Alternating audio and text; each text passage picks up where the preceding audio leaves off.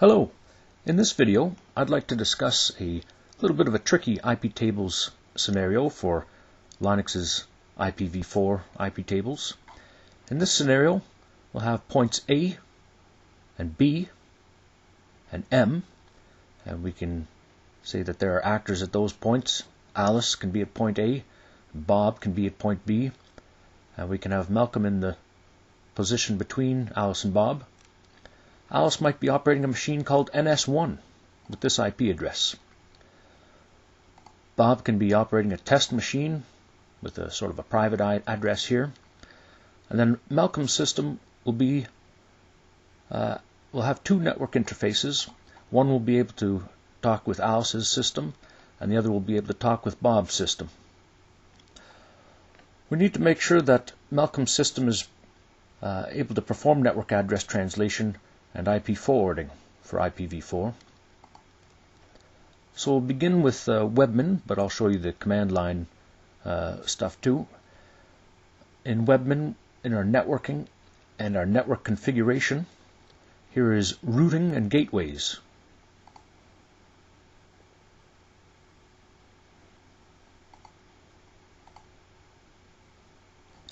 And we can choose act as router, yes, and save that. And what does that amount to? Well, it amounts to this.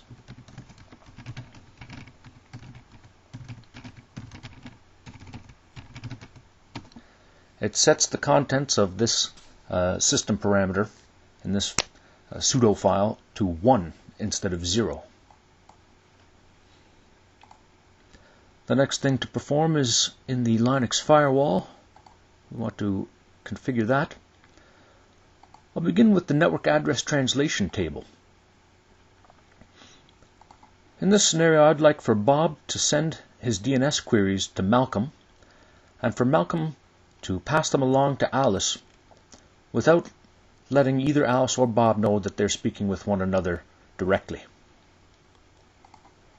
So I'll begin with a pre-routing chain rule, the add rule button here. I'm going to perform destination network address translation.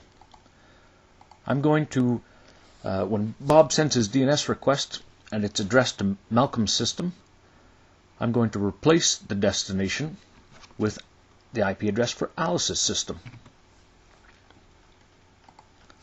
I'm only going to discuss TCP DNS in this example, but most of this is just going to be a matter of changing this network protocol for UDP if you want to perform the same thing for UDP. I'm going to be very specific here. I'm going to choose when the source address is Bob's address, when the network protocol is TCP, and when the destination port is port 53 for DNS. I'm also going to choose when the connection state is a new connection. And I'll click the Create button there. So what will that accomplish? Bob will send his request. It'll get here. I'm going to replace this address with this address for Alice. The next thing I want to do is in the filter table. I want to create a rule in the forward chain that allows DNS traffic to pass through Malcolm's system. I'm going to choose to accept TCP DNS TCP 53. And once again, I'll just choose when the connection state is a new connection. I'll create that rule.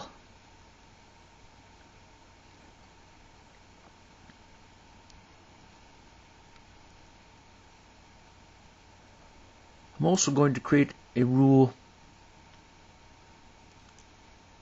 for when the state of the connection is related or established there in the forward chain.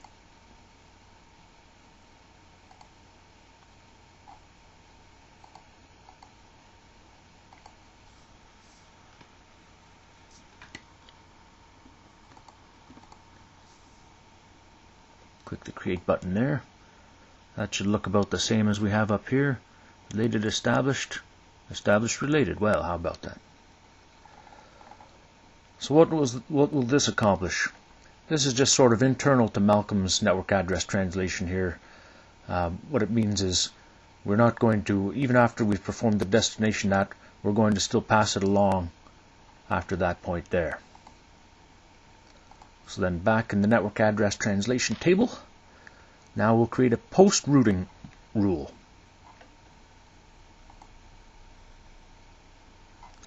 This time we'll perform source NAT. What we're going to do here is we want to prevent Alice from trying to send her response to Bob. So although Bob's source address was original, we're going to replace it with our source address for when it reaches Alice. Source NAT IP is going to be 10.10.10.1. And I'll choose TCP, port 53 for DNS, once again when it's a new connection, and I'll create this rule here. And that should do the trick.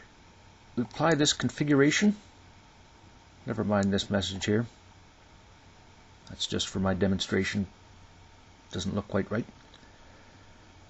And let's take a look.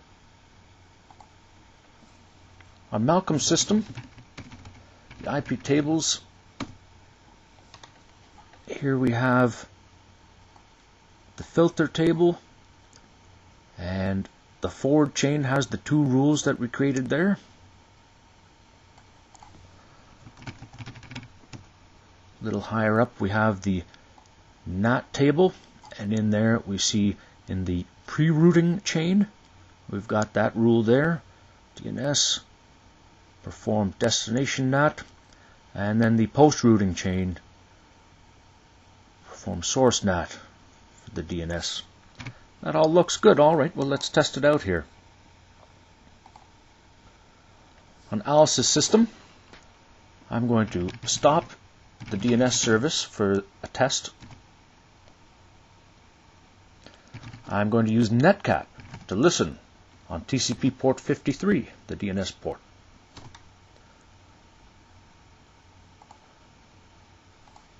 On Bob's system, I'm going to use netcat to attempt to talk to Malcolm's system, because I'm under the impression that Malcolm's performing my DNS.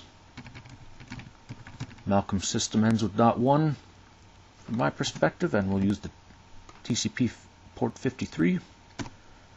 We'll type hello, and there we see it on Alice's system. Hello back to you, Bob. Let's take a look. And there it is. It all works. Terrific. I'll restart the named service, the bind DNS service. My experiment was a success. And that's just about it. I would like to share another tiny tweak, and that's if you have to change port numbers, you can do that too. So if we were to suppose that Alice's DNS service was actually listening on port, let's say, 8500, well, we could accomplish that. In the destination NAT, we'd change this port range here, 8500 to 8500. When the message comes from Bob on the DNS port, we're going to change it on the way out to port 8500 before it gets to Alice. We'll also have to make an adjustment in the filter table. Now that the port is 8500, it's not the DNS port, so we have to allow it. Accept it. Save that.